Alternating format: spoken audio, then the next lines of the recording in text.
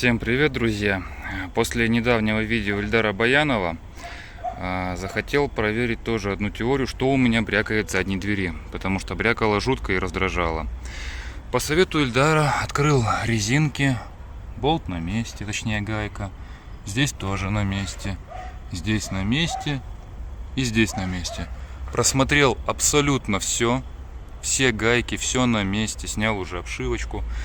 Все на месте. Не могу понять, что да как. Уже все разобрал. А потом нашел внутри двери вот такую гаечку.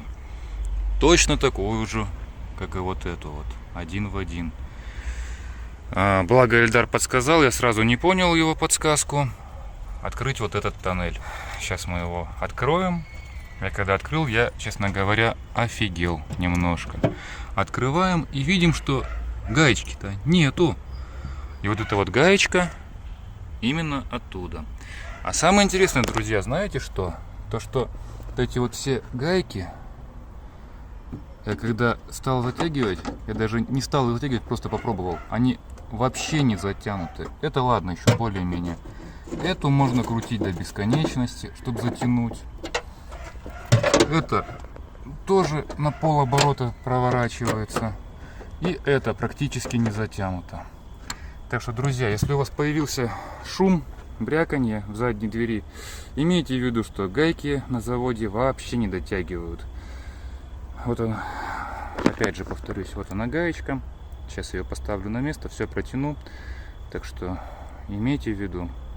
Снимается все элементарно просто. Эти резиночки просто можно ногтем поддеть, можно отверткой, можно чем-то пластиковым, не суть важно. Защита, точнее крышка багажной двери, это отщелкивается, тоже ничего сложного, главное аккуратно, чтобы клипсы остались целыми. Ну, у меня комплект клипс лежит, поэтому мне не жалко было. Кстати, друзья, чуть не забыл, на канале Паша сделает, парень занимается бесшумкой автомобилей, при разборе задней двери тоже было бряканье, все болты на месте, все гайки на месте, но бряканье было, и он там обнаружил строительную шайбу. Ссылочку на его видео я оставлю в описании. И где-нибудь здесь добавлю скриншот из его видео. Поэтому тоже будьте бдительны, если что-то шумит, снимайте панель и проверяйте. Так что всем спасибо за просмотр, всем пока.